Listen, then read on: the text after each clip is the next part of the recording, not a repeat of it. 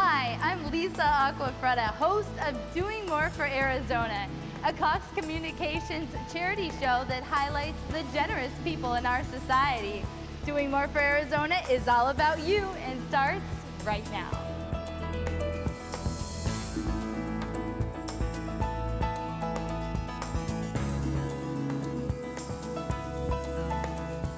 There are times in life we struggle to meet our goals or overcome our obstacles. Sometimes that fight can be difficult, but the finish makes it all worthwhile. That's the theme of today's show. It's all about perseverance. Having a child is a special time. You pray for a healthy baby, but some are born with challenges. Imagine the stress and heartache. Who would you trust? Where would you turn? Here's one local couple story of perseverance through hardship. Here the Pearson girls, Caroline on the left and on the right, look like healthy little girls. They love to hear music, and we have some books that you can open up and play songs, and they're so entertained with sounds, and we have some games that have lights on them.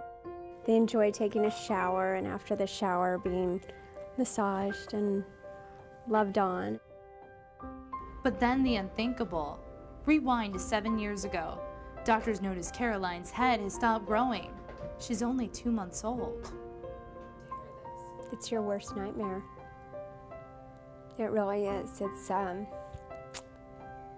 last thing you want to hear. It's, you know, your baby, your joy.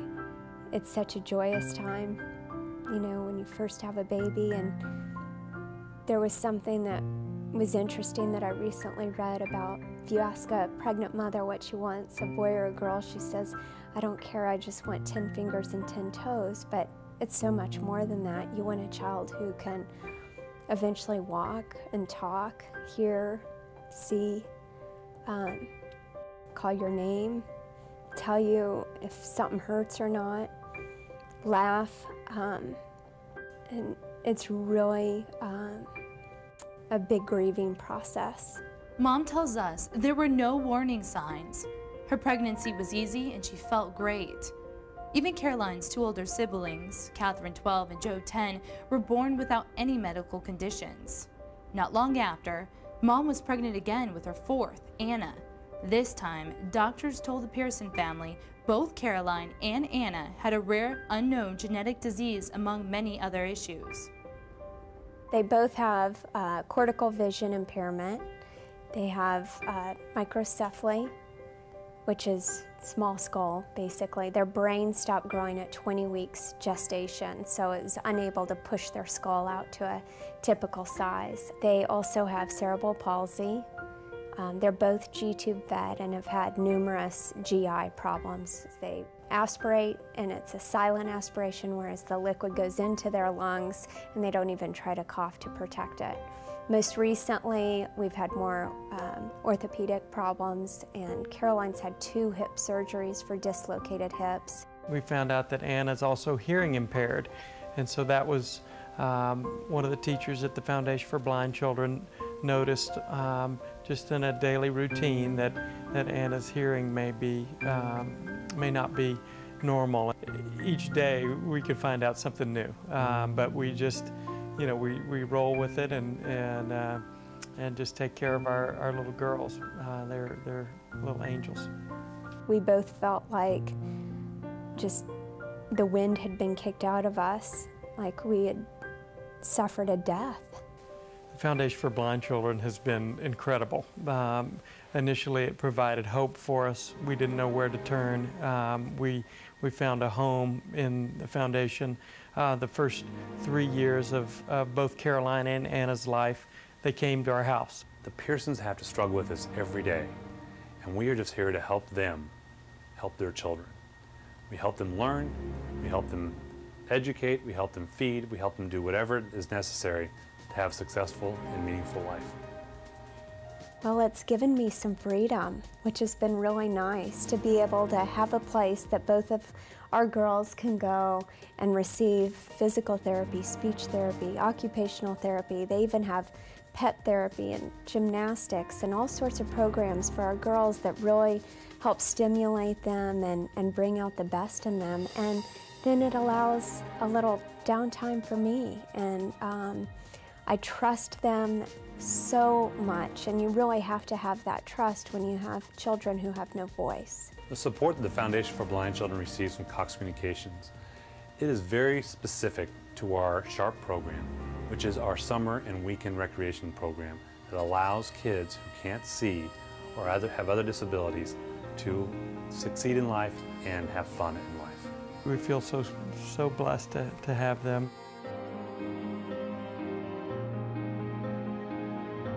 Like the Pearson girls, the foundation, sponsored in part by Cox Charities, serves about 2,000 children in Arizona each year. Established in 1952, the Foundation for Blind Children Arizona is the only agency of its kind. It serves children, adults, and teens. You're a teenager.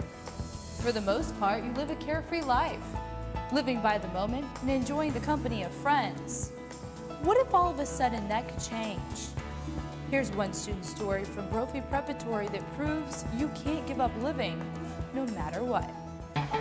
He's your typical high schooler, loves girls, kicking it with friends, and plays in a band. Gabe Castellanos is also at the top of his class, takes honors chemistry, and sings in choir. But there's one thing different about Gabe. Freshman year, he suffered a diabetic coma that may have spared his life, but instead took his vision. It's caused him to grow up fast, but despite his challenge, he's developed a passion.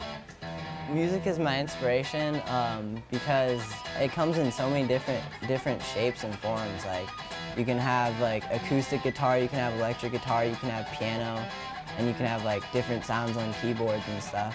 Last few months, we've checked in on Gabe and watched his progress. We've seen the struggles he faces day to day, from getting around campus to placing Braille on products at home. But through it all, Gabe says he's found strength in his friends, family, faith, and of course, music. I just get in like this zone and like I just feel like kind of at peace, but also just like I feel like sure of myself, because like I know where the notes are and like where I'm gonna go with the guitar. But whereas like where I'm walking around, I'm not really sure where I'm gonna go, but I still have faith in the person that's leading me. When he does need a hand, friends Sam and Tim are there to help. They'll walk me from class to class, or they'll like whenever like I'm stuck somewhere, or like I don't have anyone to take me from like chemistry to to Spanish or something. Like I can call Sam or Tim, and they can just like they'll just say, "Oh, where are you at?" and they'll come and pick me up and like just be cool with it.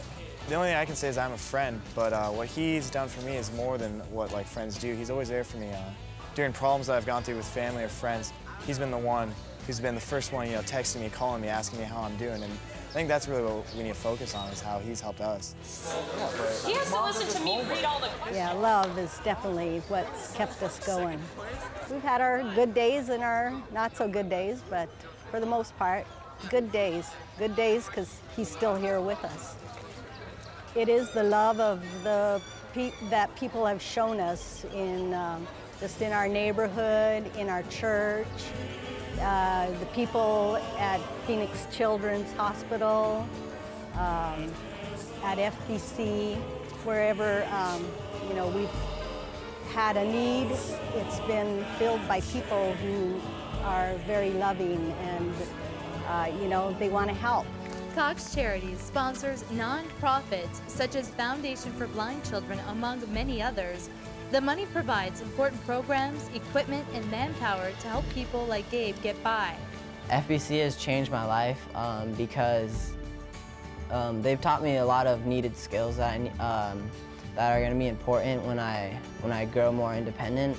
For example, they've taught me Braille, and also how to navigate the Braille note a lot better.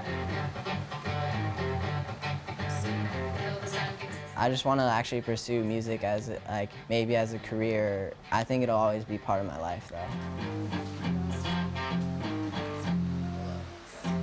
We can all learn from Gabe. No matter the hurdle, you just can't give up. Besides writing and playing music with his band, Gabe's on target to graduate from Brophy in 2009. He's also received the 2008 Edwin J. Hearn Award from Brophy Preparatory for his excellent character, integrity, and hard work. Congratulations, Gabe.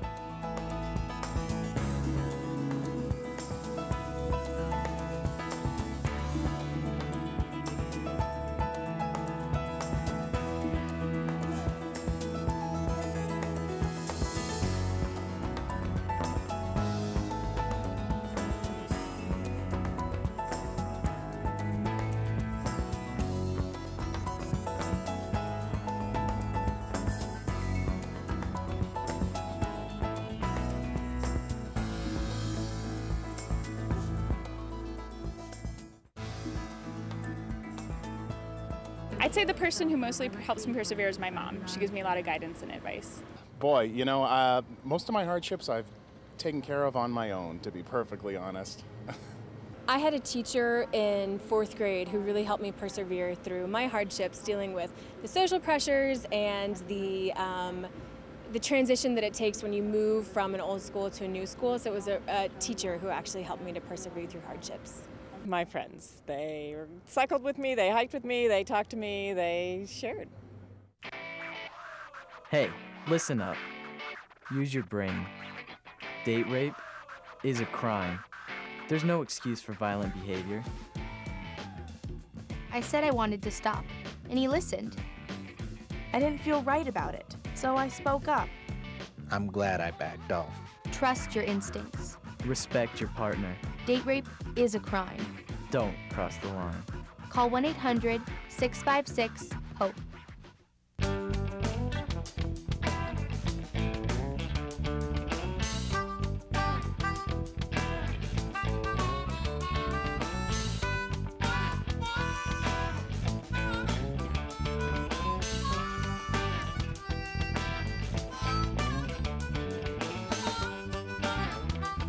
Be a part of the heart and soul of your community at your neighborhood YMCA. Join, donate, or volunteer today. The Arizona Community Foundation wants to help grow your philanthropy. We've developed personalized charitable giving strategies for over 28 years. And last year, ACF awarded over $25 million to nearly 1,300 nonprofit organizations. Working together, we can make Arizona the best place to live, learn, work, and raise a family. Start growing your dream. Call ACF today. Hey, this is Hill Harper from CSI New York, and as a big brother myself, I know that you don't have to change your life to change his. Become a big brother today.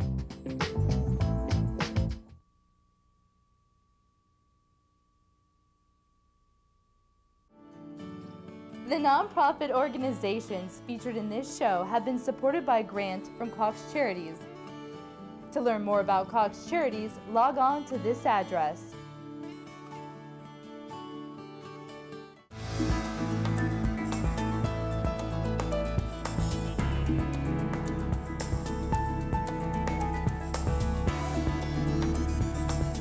Welcome back to Doing More for Arizona. Earlier, we introduced you to two families who believe you must persevere in life no matter what challenging odds are stacked up against you. For the family you're about to meet next, they take this statement to heart with the contributions of a local Cox charity. It was love at first sight for Deborah and Larry. They married 27 years ago and became an immediate family. We were definitely a couple, but I just didn't want kids. But once I had my son, he was my joy. He was a true joy. Growing up, he was your all-American boy, studied hard, good grades, and played Little League baseball. He valued time with his parents, but that started to change in junior high. He started crying out, and my husband and I were this set of parents that just wanted him to do well in school. You can do this. just apply yourself, suck it up, do what you're supposed to do, Travis.